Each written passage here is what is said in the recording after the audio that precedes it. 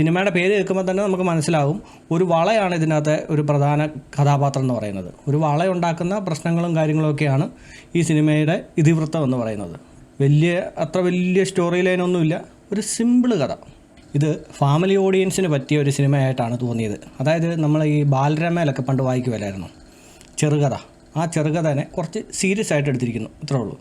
പിന്നെ ഈ പറഞ്ഞ പോലെ തമാശയൊക്കെ ആഗ്രഹിച്ച് പോയി കഴിഞ്ഞാൽ വലിയ ബുദ്ധിമുട്ടായിരിക്കും. ഈ പറഞ്ഞ പോലെ വലിയ തമാശയൊന്നുമില്ല, എന്നാൽ ചെറിയ ചെറിയ തമാശകളുണ്ട്.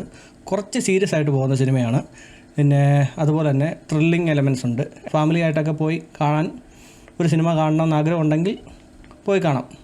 ഈ പറഞ്ഞ പോലെ മസ്റ്റ് വാച്ച് എന്നൊന്നും ഞാൻ പറയുന്നില്ല, ഒരു ഫീൽ ഗുഡ് സിനിമ. പിന്നെ എനിക്ക് പേഴ്സണലി തോന്നിയ കുറച്ച് പ്രശ്നങ്ങൾ അത് ഇത്രേ ഉള്ളൂ. അത് വലിയ കാര്യമുള്ള കാര്യമൊന്നുമല്ല.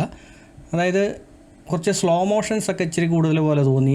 പിന്നെ അനാവശ്യമായിട്ട് ചില പാട്ടുകളൊക്കെ അവിടെ എവിടെയും കുത്തിക്കയറ്റിയ പോലെ തോന്നി, അത്രേ ഉള്ളൂ. അല്ലാതെ വേറെ കുഴപ്പമൊന്നും തോന്നുന്നില്ല. ആനകുതിര വലിയ പടമൊന്നുമല്ല. ഇനിയിപ്പോൾ സ്റ്റാറിൻ്റെ സിനിമയായിരുന്നെങ്കിൽ, ഏതെങ്കിലും സൂപ്പർ സ്റ്റാർ അഭിനയിച്ച സിനിമയായിരുന്നെങ്കിൽ ഉറപ്പായിട്ടും കുറച്ചും കൂടെ ആൾ കയറിയാനേ.